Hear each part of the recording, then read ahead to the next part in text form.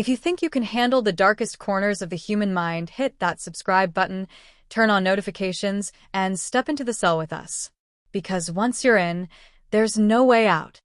The sirens were still echoing across the cold Pennsylvania night when Detective Laura Myers arrived at Graystone Penitentiary. It was 2:47 a.m. The warden's call had been short and trembling.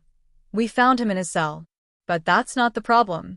The problem is he shouldn't be there. Myers pushed past correctional officers crowding the narrow hallway of Block D, their flashlights shaking slightly in the darkness. The air smelled of metal, bleach, and fear. Inside cell 27 sat a man, thin, pale, eyes wide open, sitting perfectly still on the edge of his bed. "Name's James Holloway," the warden muttered, sweat dripping down his temple.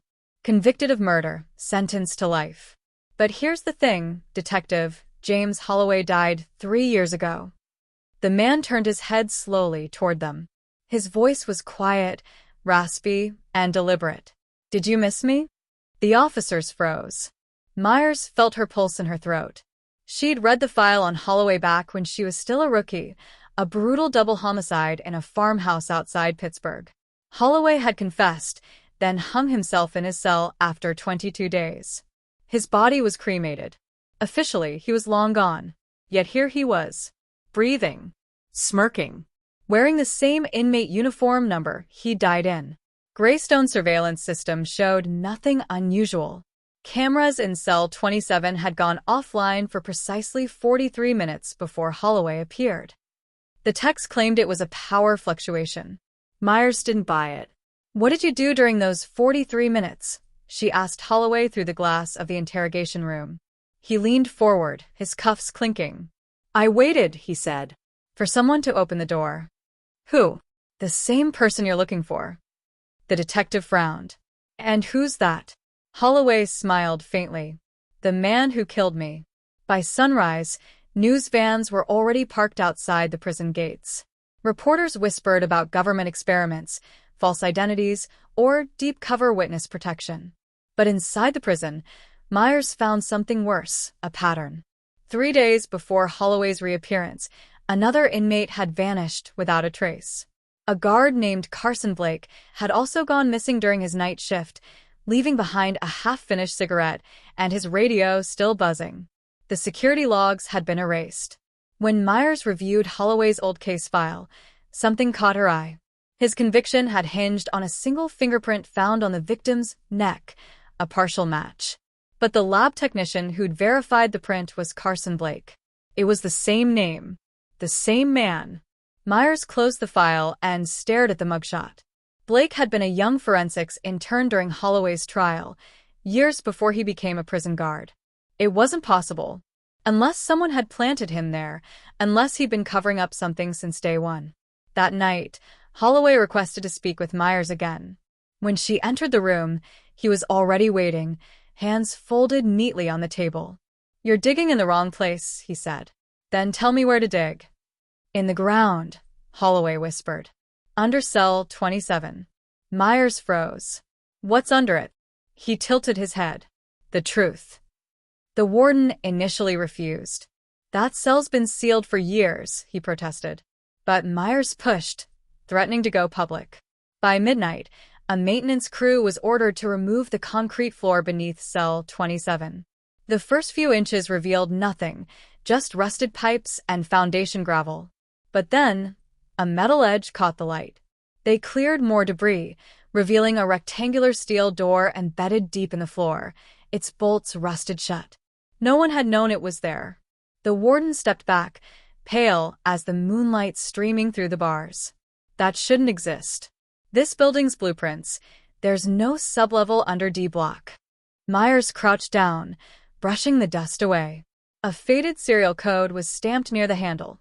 MK05/1978. "Open it," she ordered. It took 3 men to break the lock. The door groaned open, releasing a wave of cold, stale air that smelled of rot and iron.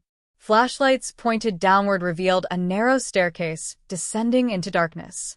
"What is this place?" the warden whispered. Myers didn't answer. She climbed down first, her light slicing through the dust. The steps led to a narrow corridor lined with old cells, smaller, older, untouched for decades. At the end of the hallway, a heavy door marked restricted stood half open. Inside, the walls were covered in photos, hundreds of them, faces of prisoners, guards, and investigators, pinned in neat, obsessive rows. And in the center of the room, a single name scrawled across the wall in thick black paint. Carson Blake. Myers turned slowly, her voice barely a whisper. "What the hell is this?" But before anyone could answer, a sound echoed through the stairwell. Metal on metal, then the heavy slam of the steel door above them locking shut. The lights flickered once. Then the room went dark. If you thought the first chapter was dark, you haven't seen anything yet. Hit that subscribe button before we go deeper, because once the truth comes out, it can't be buried again. The echo of that heavy door slamming still rang through Detective Laura Myers' skull as her flashlight flickered to life. Dust hung thick in the air, every particle glowing in the narrow beam. They were trapped, 10 feet underground, no signal, no way up. "Back up," one of the officers called out, his voice trembling. "Radio's dead," Myers said. "So stay sharp." The old sublevel of Graystone Penitentiary stretched ahead like a forgotten tomb. The deeper they went, the stronger the smell of decay grew. Someone had lived or died down there recently. Then they saw it. Against the far wall was a table, covered with faded case files, blood-stained folders, and something worse. Polaroids of prisoners, each labeled with a date and the word transferred. But there were no transfer records for any of them. Each name corresponded to inmates who were listed as deceased in the official files. One of the officers whispered, "Transferred where?" Myers picked up a file. James Holloway. Transfer date, August 12th, 2019. The date matched the night he supposedly hanged himself. Her stomach twisted. Holloway hadn't died. He'd been moved. Hidden. They forced open a metal cabinet in the corner. Inside were rows of vials filled with cloudy liquid, handwritten notes clipped to each. Subject number 19, Holloway. Subject number 20, Ellis. Subject number 21, Carson B. Carson Blake. Myers flipped through the files in disbelief. The handwriting was clean, clinical, methodical.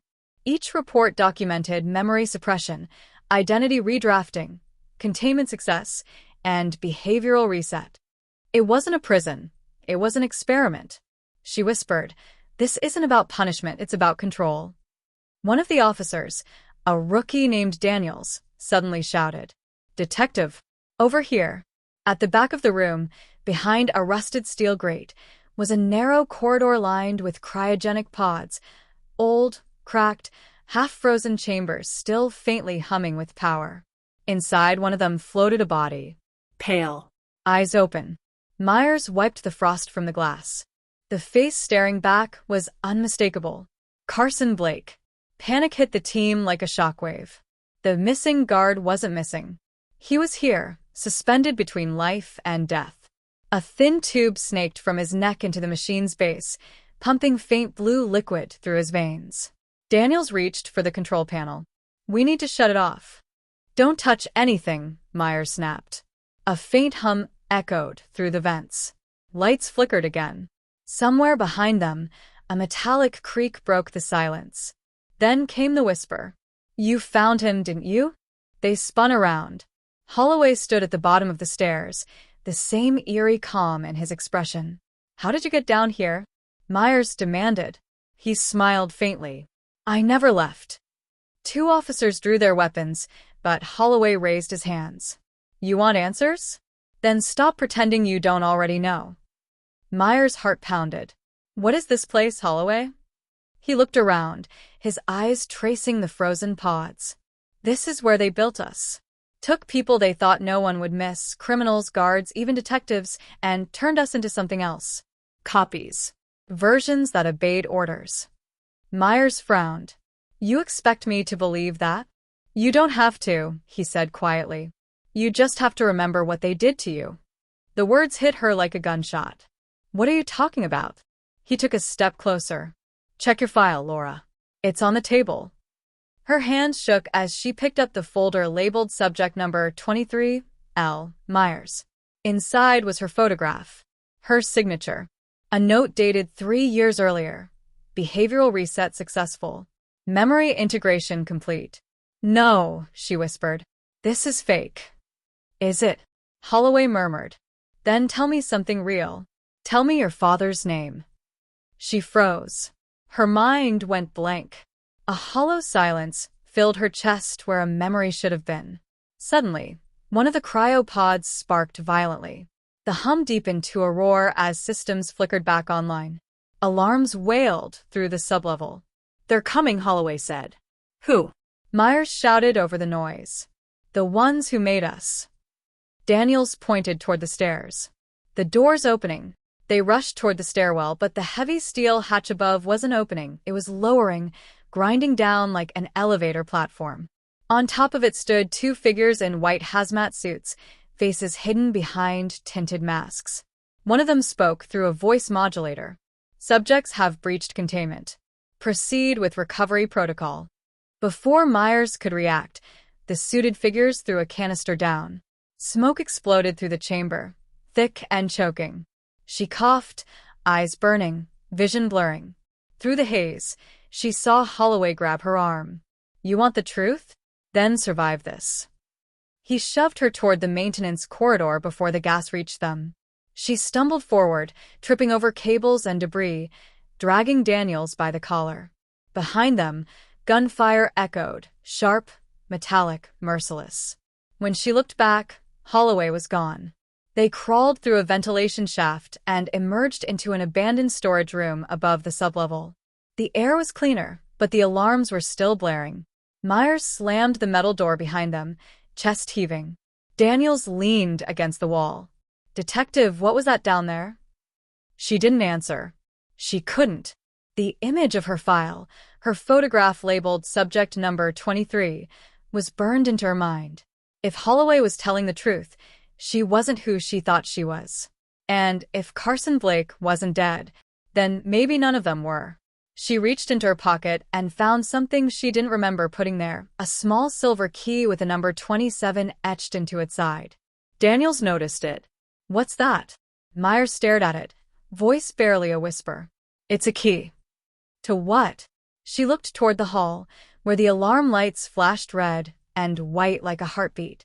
To whoever's still pulling the strings.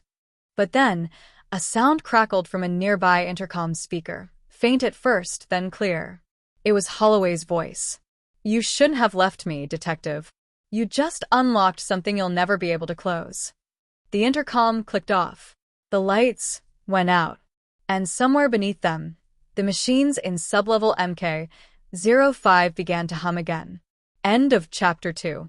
To be continued in Chapter 3, The Prisoner Who Refused to Break. Would you like me to continue with Chapter 3, the final and most shocking part of the story?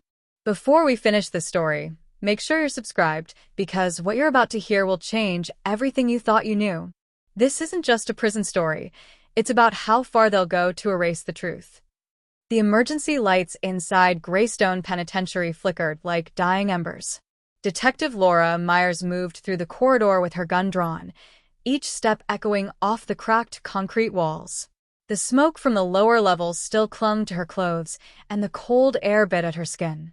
Daniels followed close behind, flashlight trembling in his hand. Detective, we should get out. Whatever's happening here, it's above our clearance. Myers didn't answer. The key in her pocket felt heavier with each step, as though it wanted her to turn back, to stop digging. But she couldn't. Not after what she'd seen. Not after reading her own name in that experiment file. They reached the main hall, a wide, empty chamber lined with security monitors. Every screen was filled with static, except one. It showed Holloway. He was back in cell 27, sitting calmly on the bed, staring straight into the camera as if he knew she was watching. Myers stepped closer. He's waiting for us. Daniels swallowed hard. Or leading us. They made their way down to D-Block again. The hall was eerily silent now, no guards, no sound, no movement. Cell 27 stood open. Inside, Holloway sat in the same position as before, hands resting on his knees, eyes glassy and distant. The blue prison light painted his face in ghostly tones. "You found it," he said softly. "Everything they tried to hide." "What did they do to me?" Myers asked. Her voice cracked under the weight of the question. Holloway tilted his head. "They broke us, Laura. Took people with strong minds, people who wouldn't bend, and made copies. The real us are long gone. We're the versions they could control." Daniels shook his head. "That's insane." "Is it?" Holloway's tone was calm, disturbingly confident. "You think your memories are yours? Try remembering the day you joined the force. Try remembering your first case." Myers opened her mouth, but nothing came. Blank. Just flashes of color and noise. Like static. Holloway continued. "They called it the resilience program. The government wanted soldiers who couldn't break under interrogation. They tested it here first on inmates. Then they moved on to officers, detectives, judges." Myers felt her knees weaken. "Why are you telling me this now?" "Because you're the last one who can expose them," he said. "You weren't supposed to wake up." A low mechanical hum filled the air. The floor trembled beneath their feet. Then, one by one, the lights in the hallway shut off until only the blue glow of cell 27 remained. From the intercom came a distorted voice. "Containment breach confirmed. Eliminate subjects." Holloway's expression changed. Panic flickered across his face. "They're wiping us." "Wiping?" Daniels asked. "Memory reset," Holloway snapped. "They'll erase everything again." Without warning, steel shutters slammed down across the exits. Sirens wailed. The walls themselves began to hiss as gas seeped through hidden vents. "Move!" Myers shouted. They tore down the hallway, coughing, eyes burning. Through the smoke, she spotted an emergency access panel near the end of the corridor. She jammed the silver key, key 27, into the lock. A loud click. The door slid open, revealing an elevator shaft leading down even deeper than sublevel MK-05. Daniels hesitated. "We're going down?" Myers coughed. "The only way out is through." The elevator groaned as it descended into darkness. No floor numbers. No lights. Just the sound of cables straining. When it finally stopped, the doors opened into what looked like a laboratory, a modern one, hidden beneath decades of decay above. White fluorescent lights buzzed overhead. The walls were lined with transparent pods, hundreds of them. Inside each, a figure floated in blue fluid. Myers stepped forward, horrified. Every pod had a label. Subject number 19, Holloway. Subject number 20, Ellis. Subject number 21, Carson Blake. Subject number 23, L. Myers. And then subject hashtag 23A. Her breath caught in her throat. The woman inside looked exactly like her. Same face. Same scars. Same everything. Daniels whispered, "Oh my God, that's you." Myers pressed a shaking hand against the glass. "Then who am I?" Behind them, a door hissed open. A man in a white lab coat stepped inside, followed by armed guards. His face was calm, clinical. "You're the backup," he said. "Insurance in case the first version failed." "Failed," she repeated. He nodded. "Your original became unstable. Emotional responses, ethical resistance. So we made you colder, more efficient. But you weren't supposed to find this place." Holloway's voice echoed from behind them. "And yet she did." The guards spun around. Holloway moved fast, slamming one against the wall and ripping the rifle from another. Shots rang out. Glass shattered. Blue liquid spilled across the floor. Daniels ducked behind a console. "Detective, what do we do?" Myers grabbed the lab director by the collar. How do we shut it down?" He smiled weakly. "You can't. Because you are it." Then she saw it on the main screen. Her vitals. Holloway's. Daniels. All tagged under a project code. PRISM, Psychological Resilience, Simulation Model. They weren't in a prison. They were inside a controlled environment, an experiment designed to test the limits of identity under stress. The entire prison was a simulation. Myers stared at Holloway. You knew. He nodded slowly. I remembered before they wiped me. I tried to escape, to prove I was real. But I'm just another copy. He stepped toward the console, weapon in hand. There's only one way to end it. Don't, she started. He fired into the control unit. Sparks exploded. The lights began to flicker violently. One by one, the pods started to crack open, alarms screaming. Holloway turned to her, calm even as smoke filled the lab. You wanted to know the truth, Laura. Now you have it. None of us are prisoners. He paused. We're the experiment. The floor split open as an explosion ripped through the chamber. The last thing Myers saw was her own reflection in the shattered glass. Then everything went white. When she opened her eyes, she was sitting at a metal desk. Same uniform, same cell. Graystone Penitentiary. A voice came through the intercom. Good morning, Detective Myers. Simulation reset complete. Subject #23 as stable. She looked down at her hands, trembling. Outside her cell, footsteps echoed. Someone stopped by the door, a figure in uniform. The name tag read, Warden Holloway. He smiled faintly. Welcome back. If you think this story ended here, you're wrong. Because 1 week later, the system logged an anomaly. Subject #23. It was still online. And somewhere deep beneath Graystone, in a chamber that shouldn't exist, the power to one pod never turned off. End of Chapter 3. The Prisoner Who Refused to Break. If this story left you questioning what's real, you're not ready for what comes next. Subscribe now because the next case will make this one look like child's play.